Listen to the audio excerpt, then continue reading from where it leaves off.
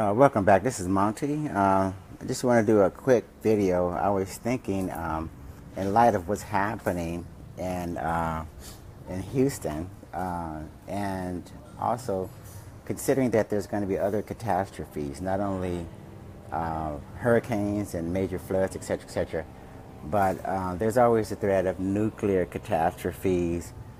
Certain things, each and every city and state has their particular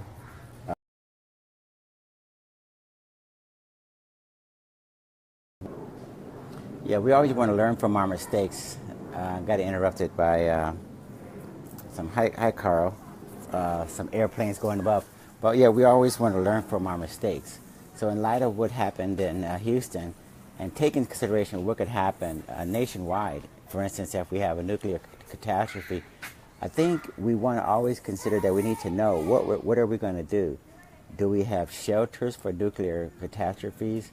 Are there bomb shelters? Are there some sort of facilities that are set up so that citizens of each and every city and state nationwide will know what the evacuation planning is going to look like? In other words, at the last moment when the sirens go off or something, will we have an idea in terms of what we need to do? I think this is something that we should always. This is what they mean by leadership. People in Washington D.C., for instance, they need to make sure that we're aware of what we need to do. So if there's a problem, that we can have this plan executed as quickly as possible. So whatever city or state that you live in, you should know exactly where you're going to go, where you're going to meet your family members, etc. And I think in Houston, barring from what happened in that particular situation, the people in Houston, they need to know what they're going to do as far as evacuating the cities and highways. Because I think the mayor of Houston determined that the people, there weren't enough, the infrastructure couldn't accommodate all of the people that were going to be placed on the highways, okay? So in other words, you have a city the size of Houston, and the infrastructure, the freeway system couldn't accommodate evacuating all of the citizens. I think that's poor planning. I think each and every city should not only be welcoming in terms of inviting you in. We're just going to go back and forth. Anyway, each and every city needs to know what they're going to do, and the citizens need to know.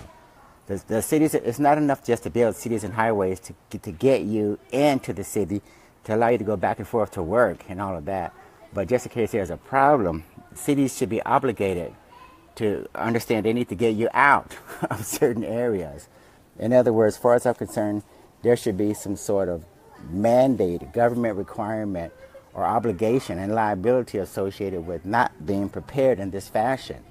When was the last time you guys heard of bomb shelters, nuclear bunkers, or some place where you go if there's a threat of nuclear catastrophe, for instance? Do you know where you're going to go? Do you have any idea of what to expect when you get there? What about locating family members, etc.? Do you have any idea what that's going to be all about? Okay, so these are just some of the things that we need to keep in mind going forward. And I've always thought about this, and maybe you guys can give me your feedback in terms of what you think. But yeah, in the event of nuclear catastrophes, weather events, whether it's hurricanes, tornadoes, floods, fires, how do you get people, millions of people, for instance, from one place to the other?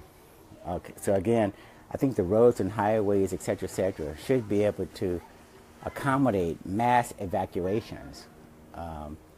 So this was a problem in Houston. This was a problem in some of the other cities and states.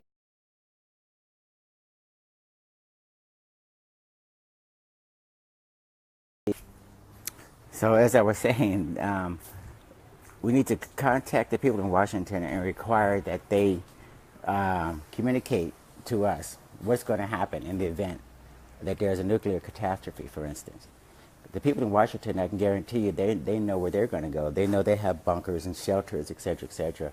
But I don't think they have any for us taxpayers, the people who are paying for these services, et cetera, through our tax dollars. So we're being shortchanged. So this is what we need to focus on, because the idiots in Washington D.C. Think they're going to be covered, but I don't know if we're going to be covered. Anyway, this is my cat Lazy Bones. He's the company mascot, and we're going for a walk. So he's able to take care of himself in a nuclear event in terms of knowing where he's going to go and shelter in place. So anyway, we're going to conclude this. So just keep in mind that in the event of a nuclear event, in the event of a flooding, disaster, hurricane, tornado, fire, earthquake, are the streets and highways and freeways, etc., are going to be able to accommodate people getting them from one place to the other? Or do we shelter, or do we sit in our houses and literally die inside of our houses and homes and apartment buildings, etc., etc.? Or do we have a plan?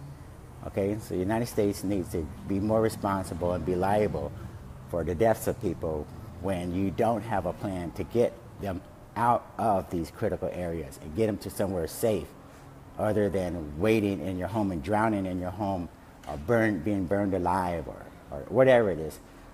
So part of the planning process, again, for cities and states, for freeways and highways, not enough to, get people into your city, but you want to get them out of the city. Okay.